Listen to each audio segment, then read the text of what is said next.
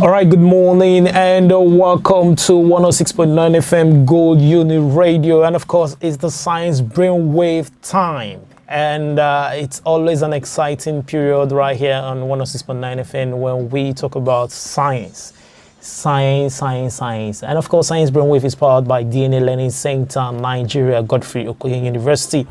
And this week, we'll be talking about debunking many myths and misconceptions in science. And I have in the studio my very own boss, my guy at the top, Mr. Victor Abaa. I call him Sir Victor Abaa. You're welcome, sir. Thank you very much for having me, Chikeze. All right, and Sir Victor is going to be talking. Please, listeners, don't mind if I call him Sir because he's he don't get to that level.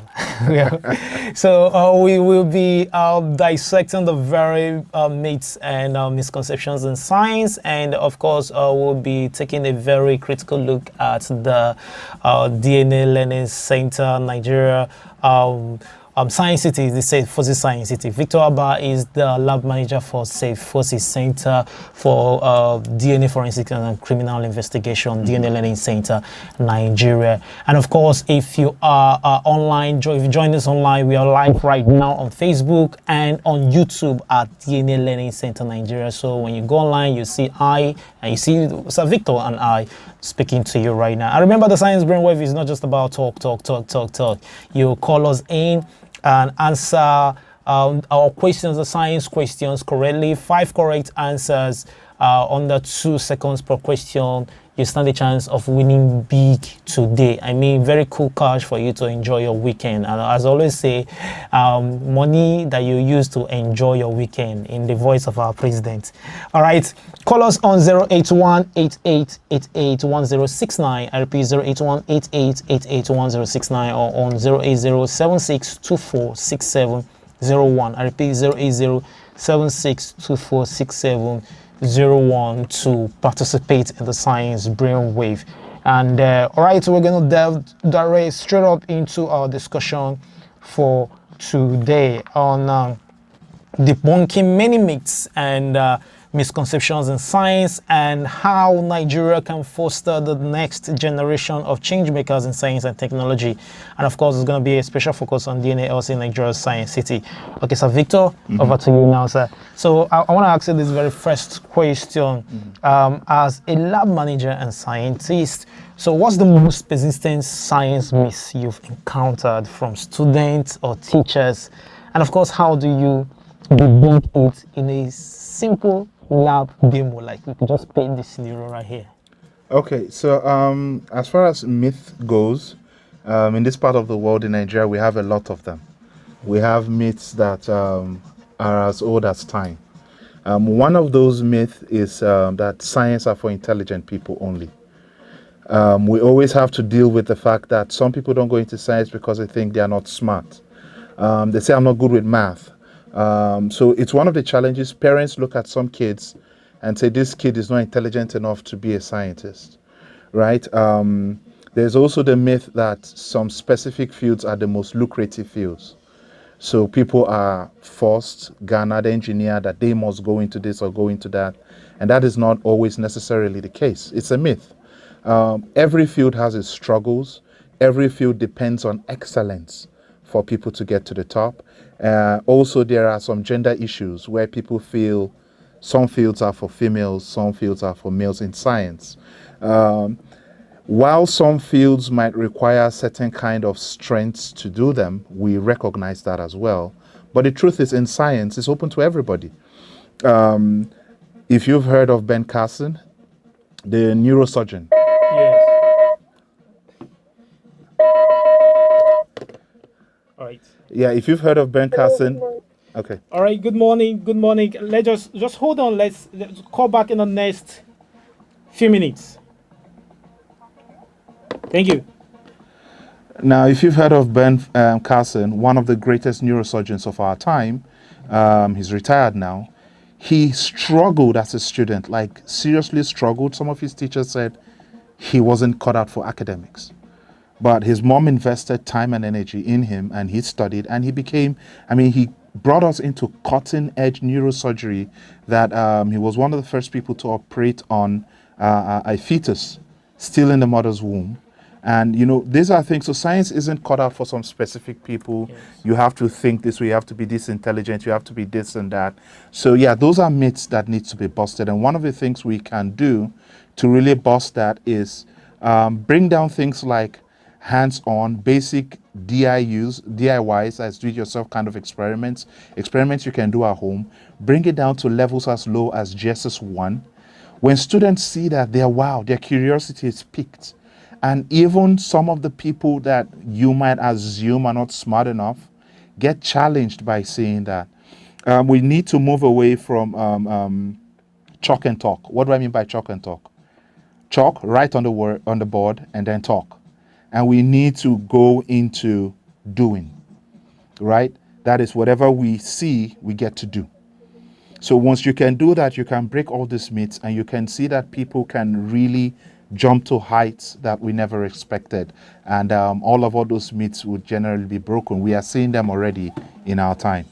All right, of course. That's a very inspiring one. I just felt inspired right now. I didn't do science, and it was part of this myth that actually scared me away from science.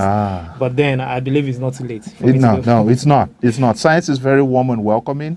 And you look at someone like we talk about Francis Crick.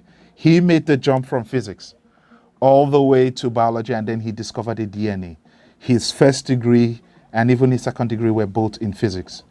But he was able to make that jump at in a very good age, and still became successful in the field of biology. All right, Mr. Vic. Okay, so how do cultural or media misconceptions? We have so many of this in a country like Nigeria. Juju versus science, religion versus science. How does this impact Nigerian youth's interest in STEM? And what do you think is that one quick win to flip the script? Okay, so yeah, it breeds fear and distrust. Yeah, the most of all those things like distrust science. People are always suspicious. People are always thinking like crazy things. And then it also tries to make them believe that maybe science, in some cases, people think science is not so profitable. And if you want to make money, you need to get into some other things. So when you use example like Juju versus science, I mean, there are facts. We have daily facts right here as we speak. How many things that we could call maybe traditional or juju or whatever they may be, have we used to make positive transformation? But right now, you and I can talk right here in the studio because of science. Yeah, we have the microphone because of technology. We're streaming live because of technology. We're able to use our phones to communicate because of science and technology. We're able to heal in our hospitals. We're able to provide prescriptions in our pharmacies. We're able to get vaccines. We're able to there were diseases that people called curses, witchcraft, and other things. And science unveiled to us that no, it's just a lack of knowledge. And when we have the knowledge, when we have the tools, we create breakthroughs. We turn things around. We change the story and the narrative. Right now, we're flying from country to countries where people couldn't do that before. Right now, we're sending messages, emails, and different things. Science has facts behind it. And the fact is science has been excellent for us. It has taken us in leaps and bounds than anything else in human history has done for us. Science has done that. And one of the things we talk about is we often think that religion contradicts science. That's a very huge myth. That's a very big lie. Religion complements science. I mean, most of the biggest discoveries in history were by scientists who were into one religion or the other, right? These were people who their science powered their faith. When you look at what science does and how it goes about it, when you look at biology, my field, for example, I mean, you really get to understand that the science of what it takes for cells, organisms to survive really goes beyond any human physical person putting all of those things together.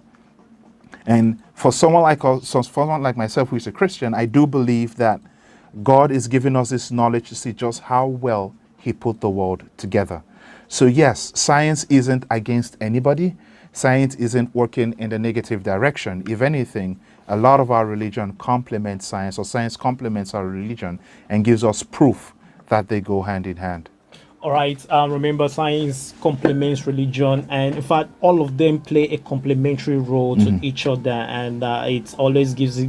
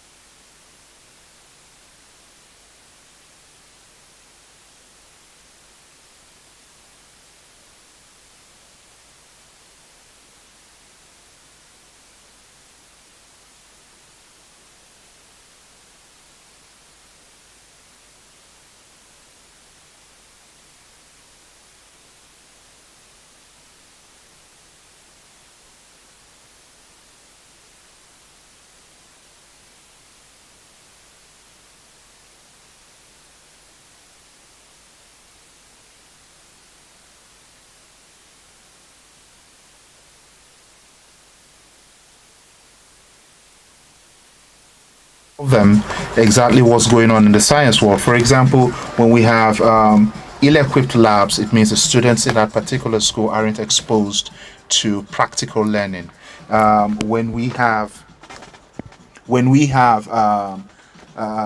people who aren't like involved, like technological advancement, schools without laptops, schools without access to internet services, right?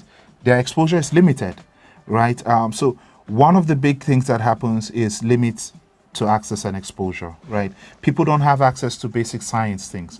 Like, for example, some people do not exactly, people have baking soda at home and they do not know that they can even use things like baking soda to perform fountain experiments for kids at home, which will take the science they're learning in school to basic, like, to, it gives you a lifetime of exposure. Like, you would never forget the concept of what you've learned theoretically when you can do simple things like that.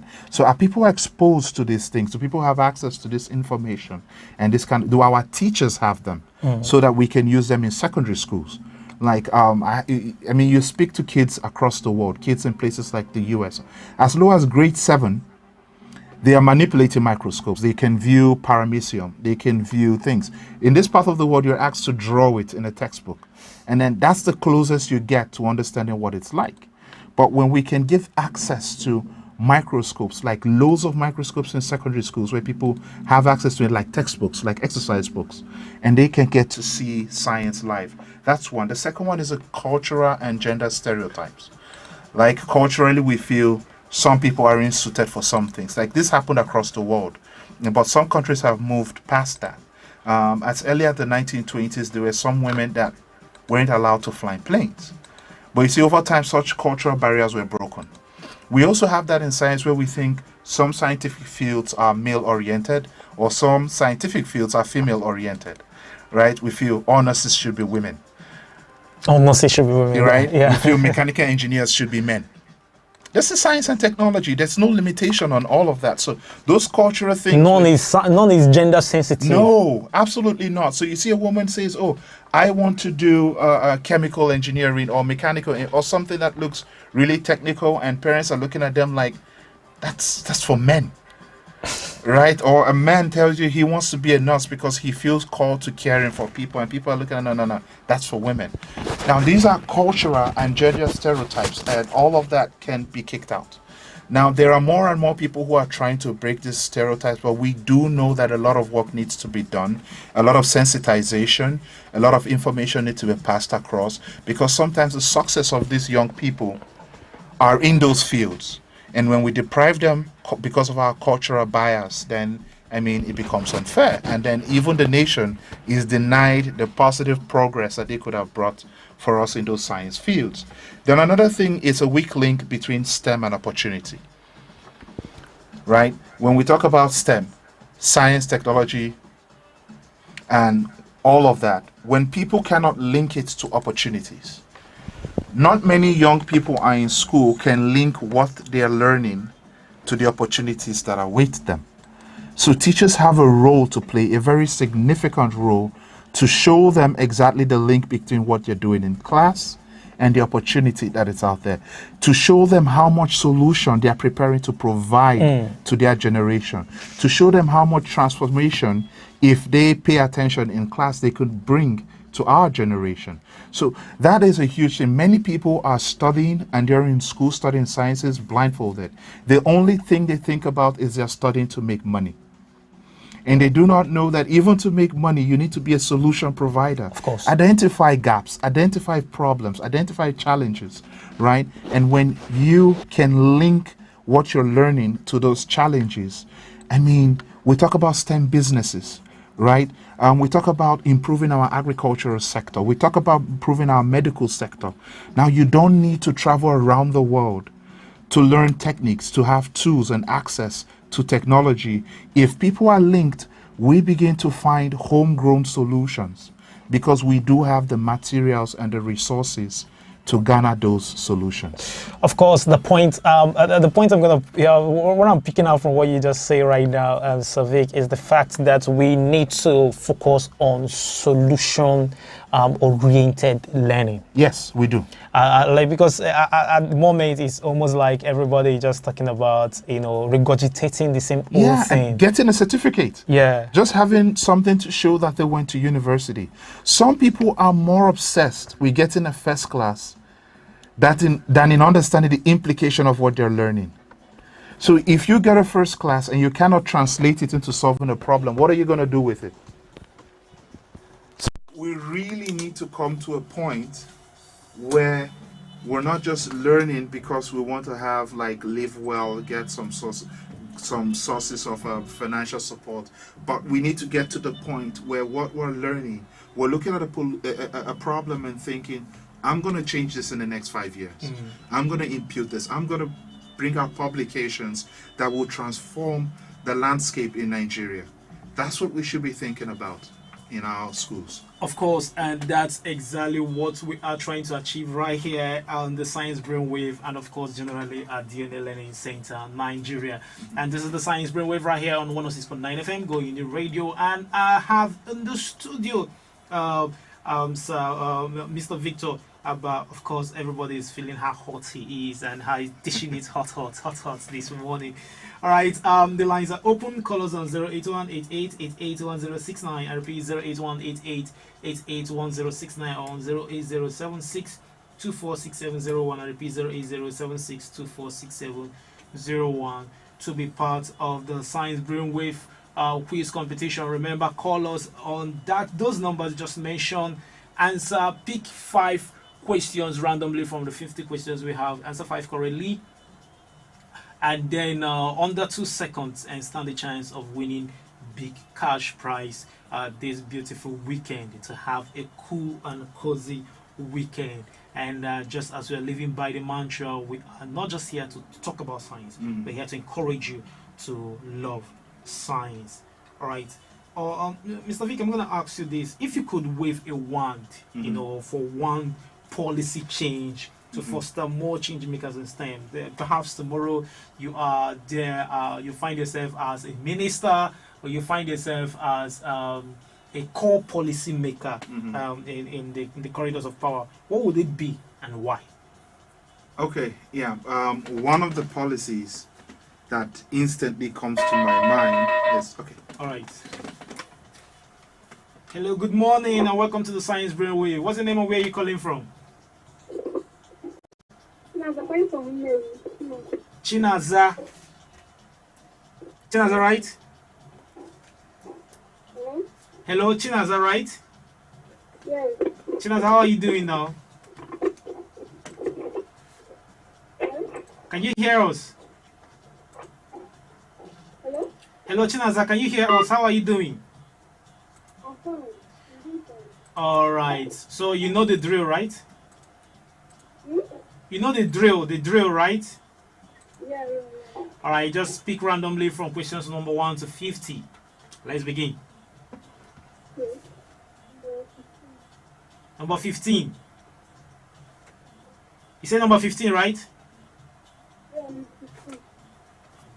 Okay, question 15. I hope you can hear me. All right. The part of the mammalian heart that pumps blood into the aorta. I take the question again. The part of the mammalian heart that pumps blood into the aorta is A, right atrium, B, left ventricle, C, right ventricle, D, left atrium. Left ventricle is absolutely correct. All right, Chinaza, you seem like you're far from your phone. All right, because your voice is quite low.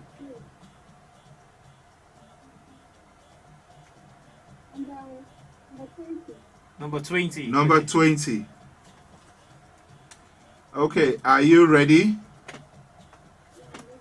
Okay.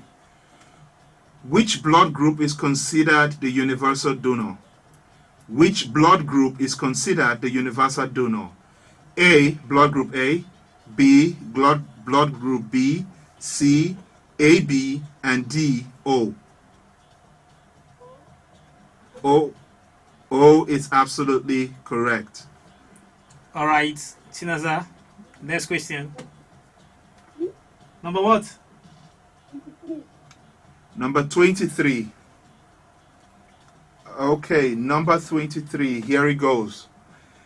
The gas exchange surface in mammals is the gas exchange surface in mammals is the A, trachea, B, bronchus, C, alveolus, D, bronchiole. What's the answer? Alveolar. Okay, C, the alveolus. That's absolutely correct.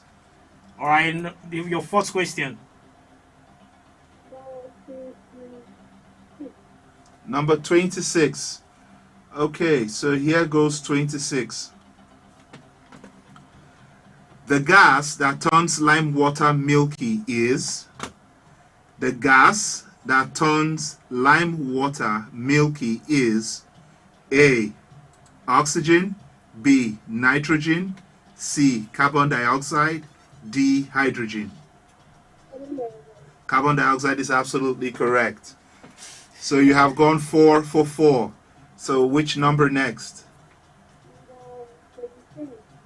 Number 17. Okay, question number 17 reads, the primary source of energy for Earth's ecosystem is.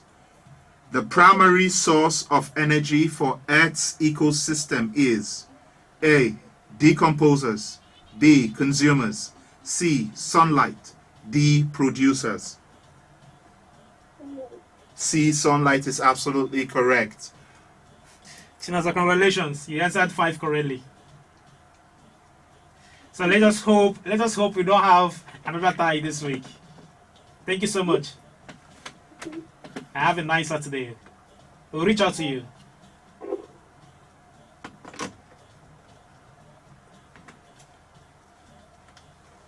All right, that is Chinaza, who just answered 5 questions correctly. The lines are open for you to participate.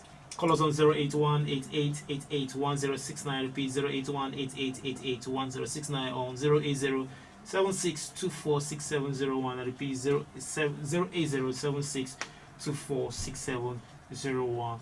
Pick 5 questions randomly from 50 questions and answer 5 of them correctly and stand a chance of winning big. Already Chinaza is leading, and you could beat Chinaza this morning. All right, we're back to our discussion. So Mr. Victor was asking you if you could wave a wand for one policy change to foster more change makers in STEM. What could it be and why? Okay, like I talked about in the previous point, early exposure. I do think early exposure is very important. So one policy I would mandate is early exposure. All right, let's answer this. Hello, good morning, and what's your name and where are you calling from? Hello. Hello? Yeah, good morning. What's your name and where are you calling from? Good morning. My name is Ruby. from Enugu. Okay, Ebube. Ebube, welcome to the Science Brainwave. All right. The drill on the Science Brainwave is pick randomly 5 questions, answer them correctly under 2 seconds, and you stand a chance of winning our grand prize today. Are you ready? Okay. All right. You can pick. Number 2. Number 2. All right, number 2. Okay, Ebube, here you go for question number 2. Amphibians are normally found, I take it again. Amphibians are normally found in A, on dry land and water, B, in water and on moist land, C, on moist land, D, in water. On moist land. So that's C. Okay, no, that answer is incorrect. It's found both in land and on moist land. So the option was B, both in land and on moist land.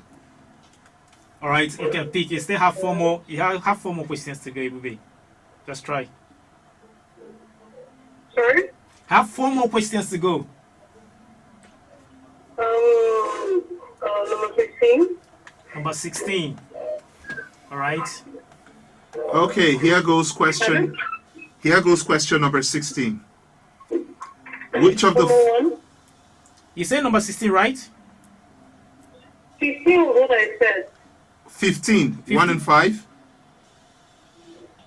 Huh? Is it 15, 1 and 5, 15 or 16? 1 and 5 was what I said. Okay, 1 and 5 has been answered already. Okay, 16. All right, 16. Okay, question 16. Which of the following is a characteristics of arthropods? Which of the following is a characteristic of arthropods? A, a soft body, B, joint appendages, C, gills for respiration, D, exoskeleton. Sorry, come again. Which of the following is a characteristics of arthropods?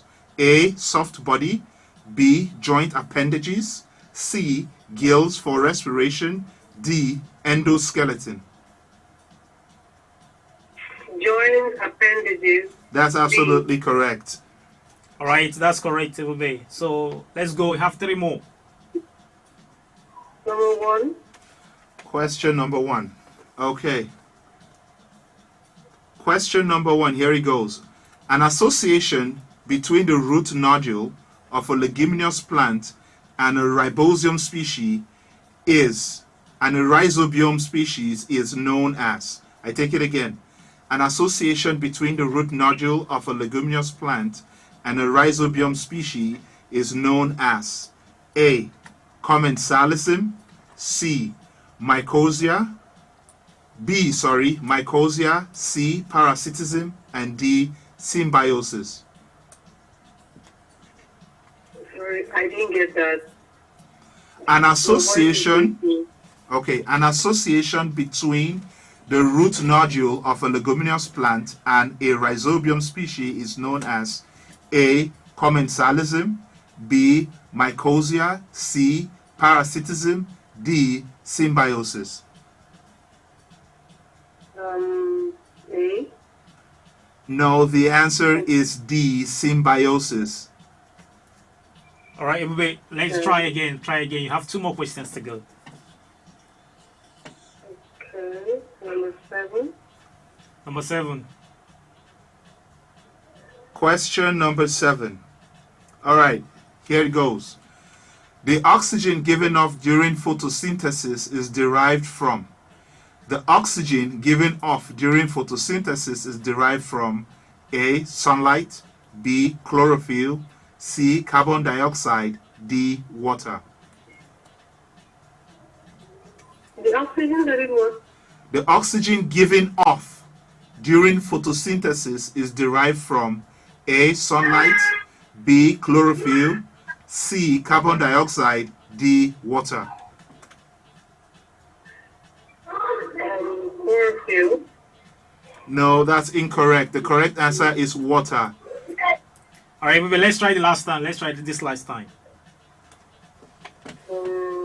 40. 40. Question number 40. All right. Okay, question 40. Here it goes. The process of adding oxygen to a substance is called. The process of adding oxygen to a substance is called A, reduction, B, oxidation, C, neutralization, or D, precipitation. Oxidation. Come again? Oxidation. Oxidation is absolutely correct.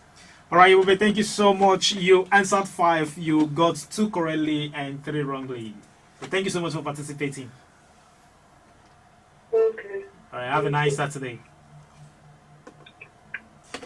All right, that's still the Science Brainwave, and Ube just made a very great attempt. You just call us on 081-8888-1069. I repeat, 081-8888-1069, or on 08076-246701. I repeat, 08076-246701 for you to participate in this hot quiz competition this beautiful Saturday. Chinaza is still leading, and who knows, you could be the one to beat Chinaza today. All right, back to our discussion. So you were just talking about the magic wand you're going to wield. So Yeah, so like I said, early exposure matters, and that's a policy to help kids as early as in the primary school to get exposure to science concepts, science ideas. You could have classrooms where kids are allowed to tinker with robotic kits. They are allowed to tinker with coding systems. I mean, there are countries who are already doing that in places like China, countries like the US, even in Europe. There are countries who do that, places like Russia.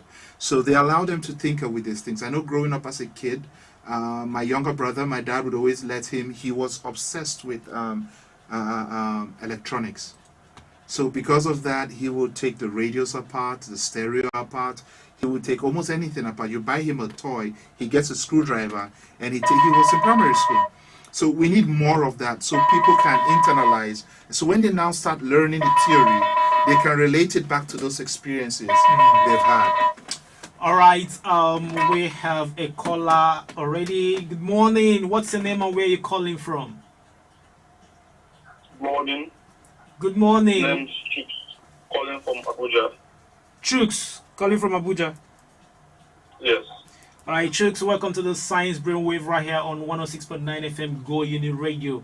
And of course, the Science Brainwave is a science quiz competition live on air and online. So all you need to do is pick randomly from questions number 1 to 50, answer 5 correctly, and then stand the chance of winning a cool cash prize this Saturday. Are you ready? Yes, sir. All right, let's begin. So pick questions randomly.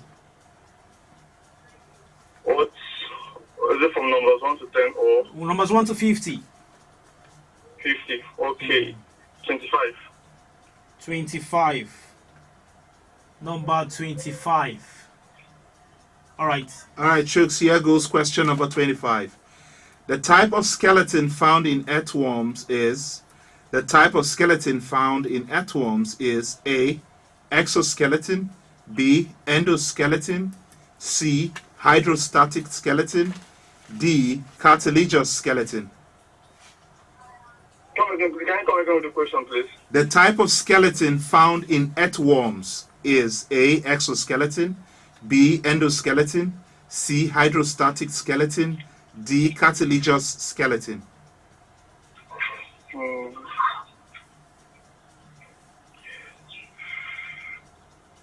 Chicks, you have 2 seconds. You have 2 seconds. Hi. Your time is up. So pick another question. So you have a limit of 2 seconds to try to pick an answer from the options, okay? Okay. So Sorry. pick your second question. Number 15. Number 15. Yes. 15 has been picked already, so you can just pick another number. 18. 18. All right, 18. Okay, so question 18. The process of shedding the exoskeleton in arthropods is called, I take it again. The process of shedding the exoskeleton in arthropods is called A. Metamorphosis, B. Molting, C. Hibernation, D. Camouflage. B. B. Molting is absolutely correct. All right, Chooks, you have 3 more to go. Pick. Okay. 21. Okay, question 21. Here it goes. The process by which water moves through a plant from roots to leaves is, I take it again, the process by which water moves through a plant from roots to leaves is A. Osmosis, B. Transpiration, C. Diffusion, D. Active transport.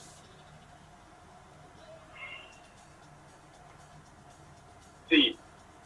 C. Diffusion is not correct. The answer is transpiration. Option B. Transpiration. All right, Chooks, let's try again. You have 2 more questions to go. 2 more to go. Okay.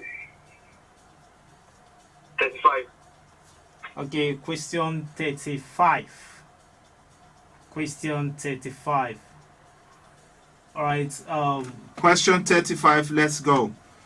Which of the following is a product of the complete combustion of hydrocarbons? Which of the following is a product of the complete combustion of hydrocarbons?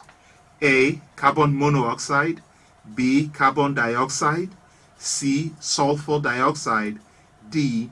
Nitrogen oxide. Please come again with the question. Which of the following is a product of the complete combustion of hydrocarbons?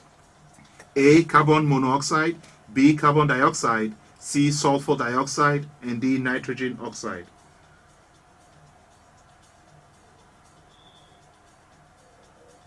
B.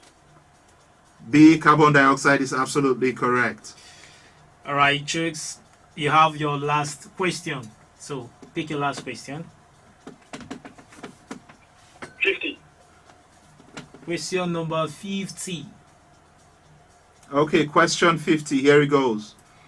The gas that forms a white precipitate with silver nitrate solution is, I take it again, the gas that forms a white precipitate with silver nitrate solution is A. Oxygen, B. Hydrogen chloride, C. Carbon dioxide, D. Ammonia.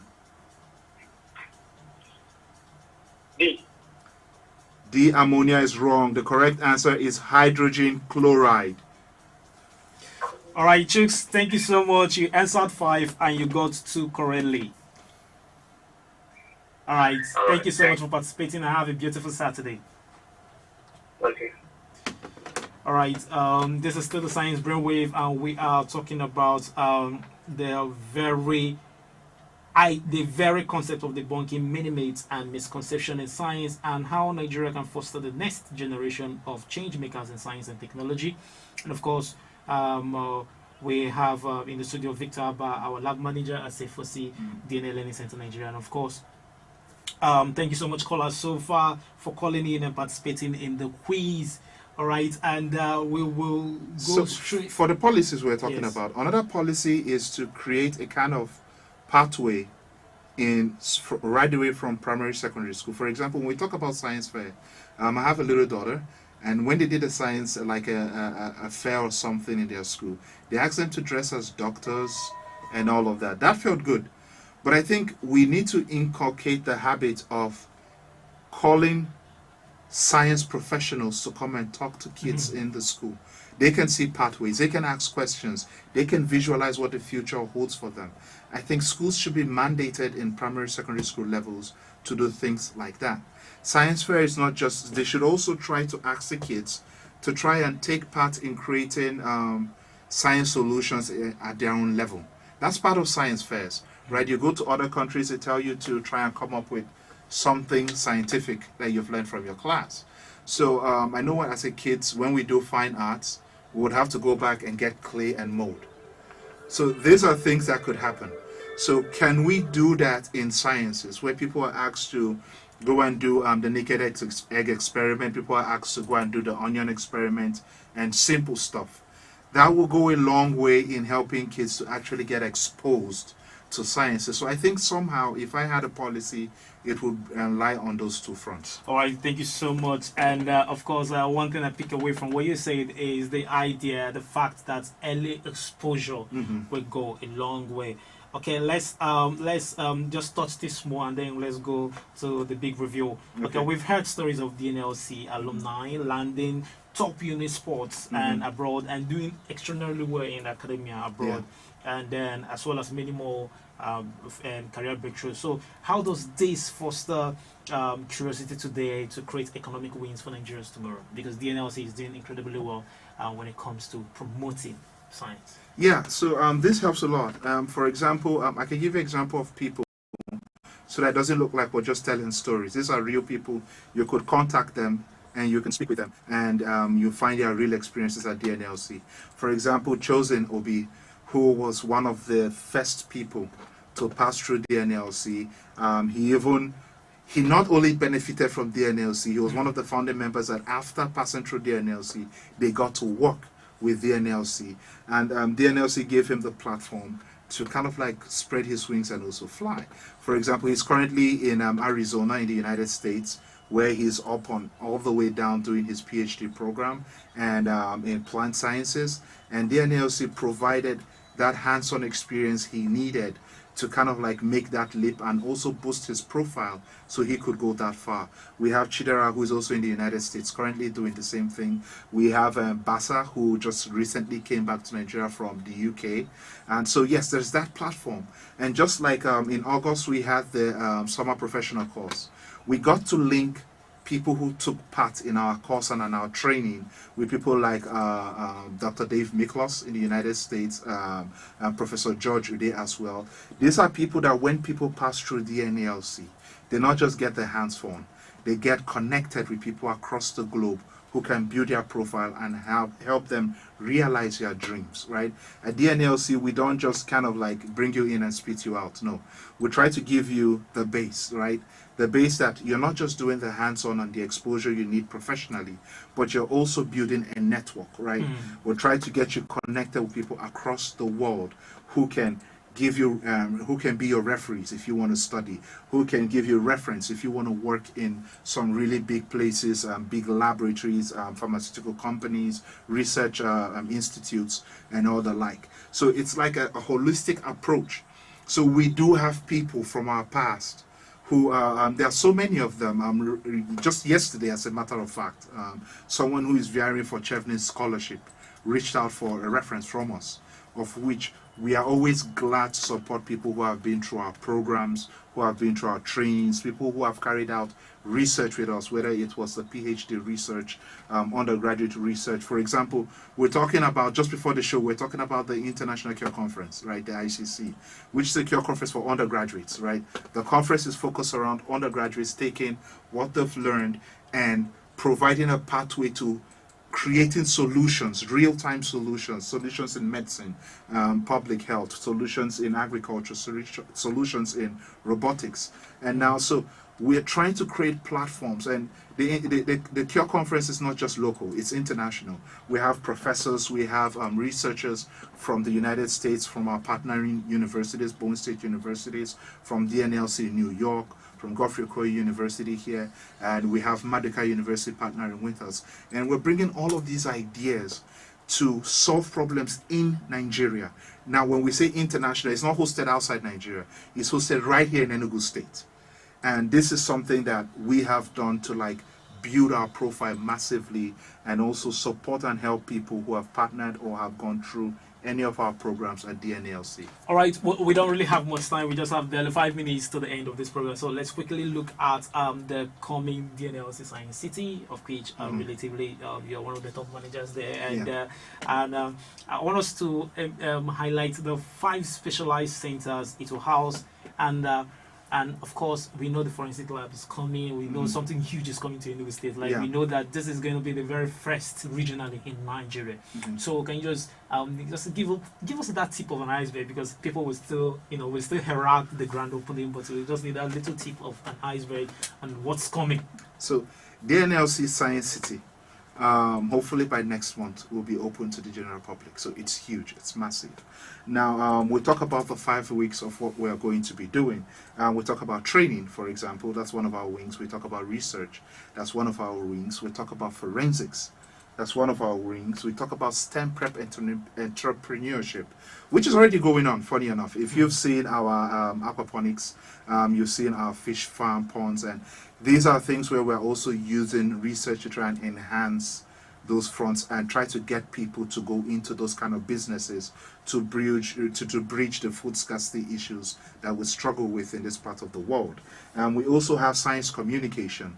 The Science City is, when I mention these 5 things, it doesn't do justice to it. The Science City has a digital forensics lab. It has a crime scene forensics lab. It has a HID lab.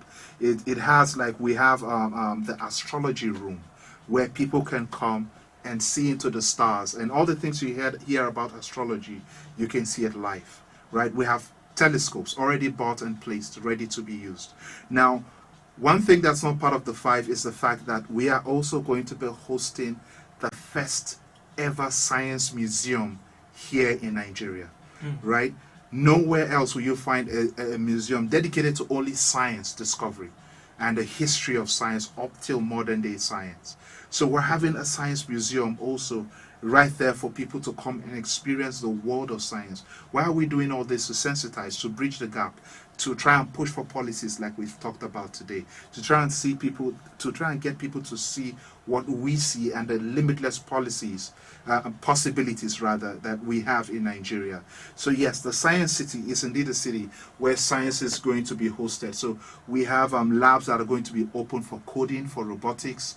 We have labs that are now, even though all of them may not kick off all at once, but that's what's happening, that's what's coming, and that's what's going to be. So there are adequate, massive plans, and it's only important that at this point in time, we also appreciate the Enugu State government, who have been massively supportive to the kickoff of our forensics lab, which is fully and massively equipped with the Human Identification Lab, which is the HID system. We have diagnostic laboratories, we have forensic research laboratories, all of this at the DNALC Science City, Nigeria. Wow, Enugu don't even know what's coming yet. Enugu doesn't know what's going to hit it yet. Southeast in general is going to be incredibly taking off. Like it's going to be awesome. So lastly, before we wrap it up on this week's Science Brainwave, tell us why fun lab experiments every Nigerian kid should try, and how we at the DNALC Nigeria will make it, is actually making it happen, either free or accessible. Like, I know it certainly won't be free because education isn't free. Yeah, but there are some that you can do basically with just items you have within your house. For example, the naked egg experiment.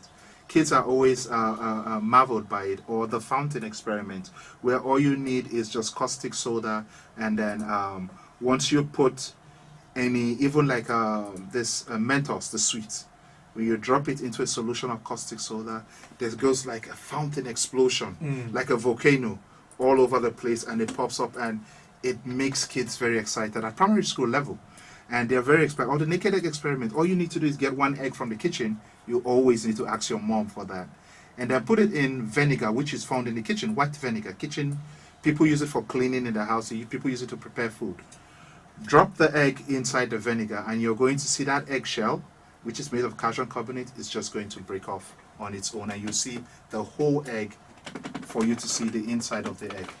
All right, thank you so much, Mr. Vic. And that it's always exciting having you in the studio. I had fun. Like, I learned a lot. In as much as I hate to work at DNA, but every day having you is something incredibly cool. All right, thank you so much for joining us. For those of you watching us live online on YouTube and on Facebook, thank you so much for joining us. See you same time next week. And for those that joined us right here on 106.9 FM, thank you so much for joining us. And for those participating, thank you so much for participating in the quiz. Chinaza, congratulations for winning this week's Science Brainwave competition. Certainly, we're going to reach out to you. Up next is the Angelo. Stay tuned. This is still 106.9 FM, going to radio, the heartbeat of dialogue. See ya. Nigeria.